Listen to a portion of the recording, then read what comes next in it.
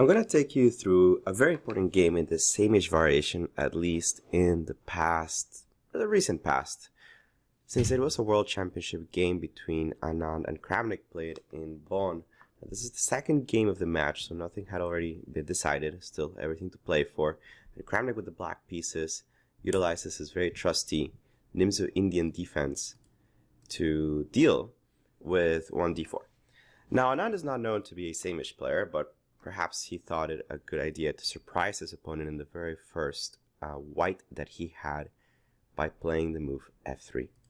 Now, of course, Kramnik, being a very thorough theoretician, probably the most important theoretician in the recent past, knows a lot of ways of dealing with the same-ish, but in this case chooses the sharp continuation that I was recommending with d5, a3, bishop takes c3, b takes c3, c5. And we're going to go down one of the variations that I just looked at in the opening summary. After c takes d5, knight takes d5, dc5, f5, queen c2. Remember that I said that this position can also be reached after e4, pawn takes e4, queen c2. So queen c2, knight d7, e4, f takes e4, f takes e4, knight 5, f6. And here Anand chooses to disrupt the pawn structure on the queen side with c6, which of course strategically is very desirable. On the other hand, it allows black quick access to the a6 square, and we'll see how Kramnik utilizes that in just a second. After the move c6, b takes c6, knight f3, queen a5 is the move that I'm recommending, and Anand played the very natural bishop d2. Notice that he waits a little bit to develop this bishop on f1, and the reason that he does that is that he knows that black's next move, or perhaps the move after, is going to be bishop to a6. Trading off these light square bishops is extremely important for the black side, since it destroys the pair of bishops for white, and it allows black to start pressuring e4, to pressure c4 in many scenarios, to put the queen on c4 or a knight, and achieve a strategically very desirable position. After bishop d2, however, I am going to deviate a little bit from what Kramnik did. He played the immediate bishop a6, which I don't think is very wrong. I think it's probably a good move. But personally, I like the idea of castling first. And it goes back to the point that I want to wait for that bishop on f1 to develop before I play bishop a6. I think modern theory has shown that after bishop a6, there's a very slight pull for white after bishop takes a6, queen takes a6, and c4. However, bishop a6 is not a bad move at all. I just think that castles is slightly more precise. For example, bishop d3, bishop a6, c4, queen c7 should leave black in a perfectly good position, as I will follow up with at some point knight c5, or also knight g4 with pressure on h2. Notice that this rook is now open, or by remaneuvering this knight back to e5, where it again targets this d3 bishop. Probably the best move after castles is to simply play bishop e2, but here again bishop a6 is a completely satisfactory move compared to the line that I was a little bit preoccupied about after bishop takes a6, queen takes a6, c4. I basically got in a move for free, which is to castle short, and that changes the evaluation of the position completely. I have ability to play knight g4 right away, or even the move queen b6, preventing white from castling kingside. But let's take a look at what happened in the game and see how strategically complex this position is. After bishop a6, Anand thought for some time to play the move c4, which I think is a great approach to this position, very logical in the sense that it keeps the bishops for white. After c4, Kramnik might have wanted to play initially the move queen c7, and I already explained how queen c7 coordinates very well with the rest of his pieces, especially with this knight jump to g4 being a very common idea. However, after bishop b4, it's possible that white is just in time to prevent a lot of black's ideas. For example, the bishop is cutting the f8 square, so I cannot castle kingside, and I don't have knight c5, which I would love to play. c5 is a little bit awkward because after I play bishop c3, this bishop is in a very good spot, and now it's prevented me from going to c5. If somehow white takes control over the e5 square, my knights are going to be quite awkward. For this reason, Kramnik decided to play the move queen c5. Now a very logical series of moves. Bishop d3. Notice that unfortunately for Vladimir, he cannot castle short. He must wait for it. If he castles short at any point here, bishop b4, queen e3 check, queen e2 will force the trade of queens and a slightly worse endgame. He wants to keep the queens on the board and prevent white from castling for now.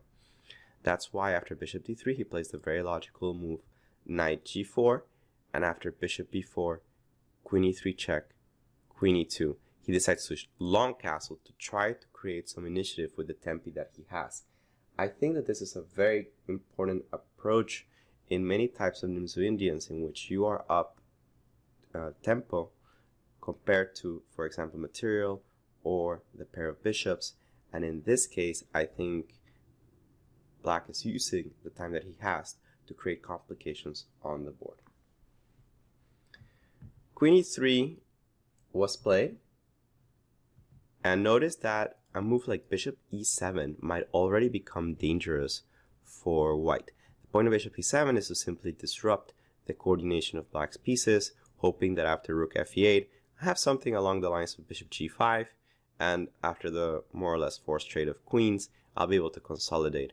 But bishop e7 kind of runs into queen b6, bishop d8, rook d8, and notice that since I have been able to eliminate the pair of bishops, white's pieces and white's play really lacks coordination.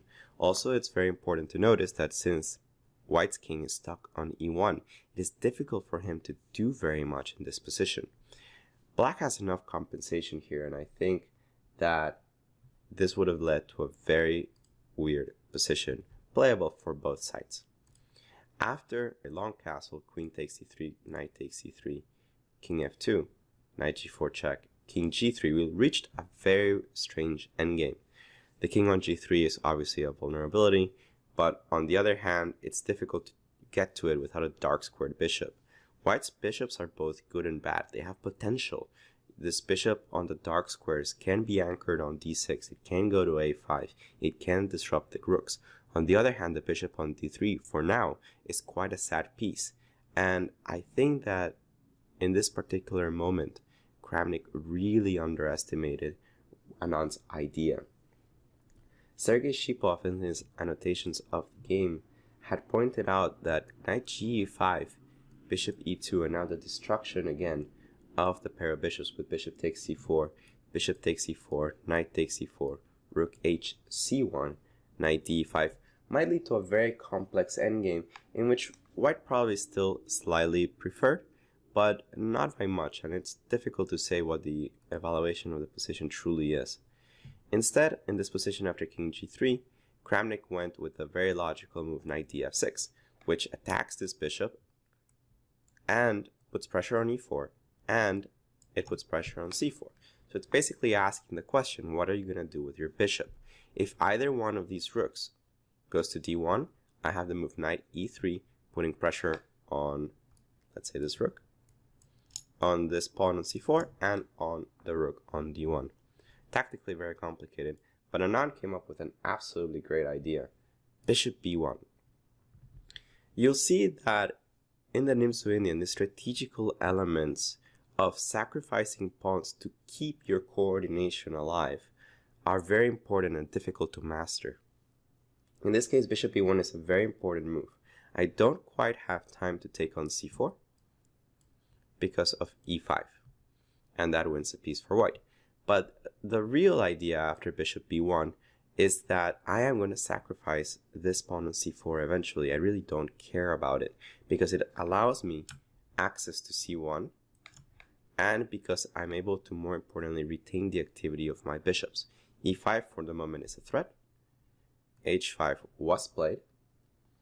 And again, the idea was never to play e5 after h5, because after h4 check, white is running into a little bit of trouble. If he takes on h4, I'll be happy to take on e5, and my coordination is suddenly very, very good, especially with this awkward knight on h4. Instead, after e4, e5, h4, king f4, the move g5 might already be quite dangerous for the white side. I believe that after h5, which is a very logical move as it goes towards the king on g3, Anand had already prepared this idea of playing h3. There is no way for me to play this knight to a good square. If I play something like knight e3, my knight's starting to become stranded in this position, and both bishop c5 taking a7, or simply this knight jumping to e5, f7 hanging, c6 hanging, and in some cases c4 cannot even be taken because of pins with c1 or pins with d3, leaves black in a terrible position.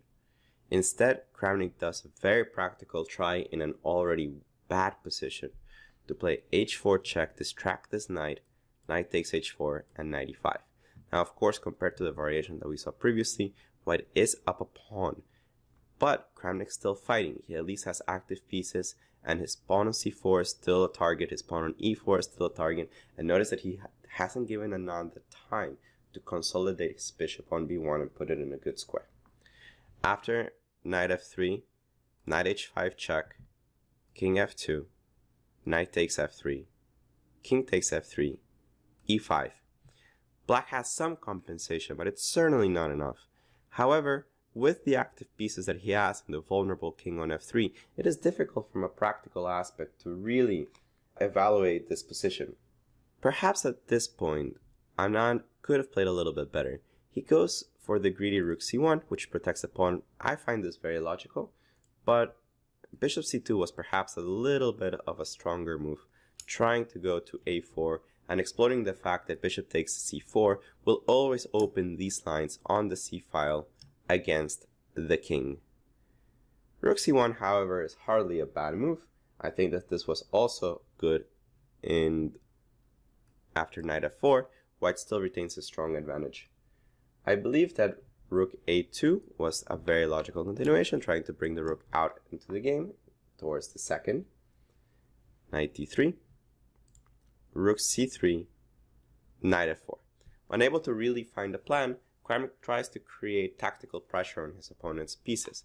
The point of this retreat is to ask the question, how are you going to deal with the invasion of the rook on d1? And notice that even though this is a very easy position to evaluate with the computer, it's very hard on a practical game to really understand what's going on. And keeping this kind of resources alive not only confuses your opponents, but lets you pull positions from bad ones to playable ones. And in this case, even a great fishy Anand, under tremendous pressure playing a world championship match, wasn't able to really evaluate the position clearly. Even in the final one, after bishop c2, knight e6, king g3, rook d4, it's unclear that black has quite enough compensation for the pawn. On the other hand, this rook on d4 is quite strong, this pawn on c4 will be quite weak, and notice how I still haven't given these bishops too much to do. I haven't allowed them to come back and play. White's coordination is lacking, and although a computer might be able to tell you that black is indeed much worse, he has a lot of play, and it's difficult for white to parry all the threats. My pieces are quite alive.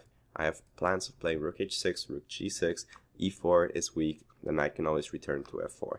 And after offering a draw, which was accepted, the game ended peacefully in a very important showing of the same-ish variation with f5 in the highest class of chess.